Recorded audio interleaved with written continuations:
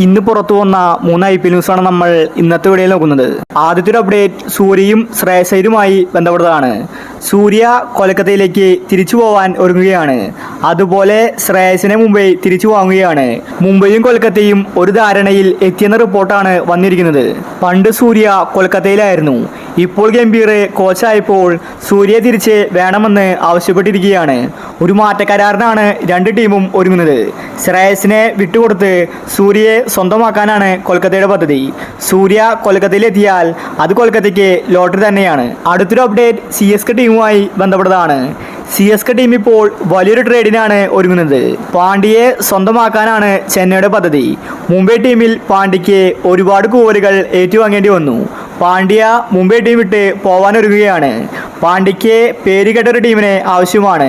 അപ്പോഴാണ് CSK വലിയ ഓഫറുമായിട്ട് പാണ്ഡ്യയെ സമീപിച്ചത്. അടുത്ത IPL പാണ്ഡ്യ ചിലപ്പോൾ CSK ടീമിലേക്ക് എത്തിയേക്കും. അങ്ങനെ വന്നാൽ ചെന്നൈ ടീമിൻ്റെ ക്യാപ്റ്റൻ പാണ്ഡ്യ തന്നെയായിരിക്കും. പാണ്ഡ്യയുടെ കയ്യിൽ CSK ഭദ്രമാണ്.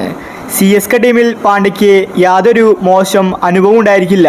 അതുപോലെ കാണികൾ ആരും തന്നെ പാണ്ഡ്യയെ കളിയാക്കില്ല. ധോണിക്ക് കീഴിൽ കളിക്കാൻ പാണ്ഡ്യയ്ക്ക് ഇഷ്ടമാണ്. അടുത്ത IPL പാണ്ഡ്യ CSK വാങ്ങുമെന്നാണ് അറിയാൻ സാധിക്കുന്നത്. അവസാനത്തെ ഒരു അപ്ഡേറ്റ് രോഹിത് ശർമ്മയുമായി ബന്ധപ്പെട്ടതാണ്. രോഹിത് ശർമ്മയെ കഴിഞ്ഞ പ്രാവശ്യമാണ് മുംബൈ ക്യാപ്റ്റൻ സ്ഥാനത്ത് നിന്ന് നീക്കിയിട്ടുണ്ടായിരുന്നത്. ഇതിനുശേഷം രോഹിത് ശർമ്മ മുംബൈ ടീമിൽ നിന്ന് പോകാനൊരുങ്ങുകയാണ്. ഇപ്പോൾ ഇതാ രാജസ്ഥാൻ ടീം രോഹിത് ശർമ്മയുമായിട്ട് സംസാരിച്ചിരിക്കുകയാണ്. രോഹിത് ശർമ്മയെ രാജസ്ഥാനിലേക്ക് എത്തിക്കാനാണ് അവരുടെ പദ്ധതി. രോഹിത് ഇതുവരെ ഒന്നും തന്നെ പറഞ്ഞിട്ടില്ല. രോഹിത് യെസ് മൂടിയാൽ അടുത്ത പ്രാവശ്യം രാജസ്ഥാൻ ടീമിൽ രോഹിത് ശർമ്മയെ കാണാൻ സാധിക്കും. അങ്ങനെയാണെങ്കിൽ സഞ്ജുവും രോഹിത് ശർമ്മയും ഒന്നിക്കും.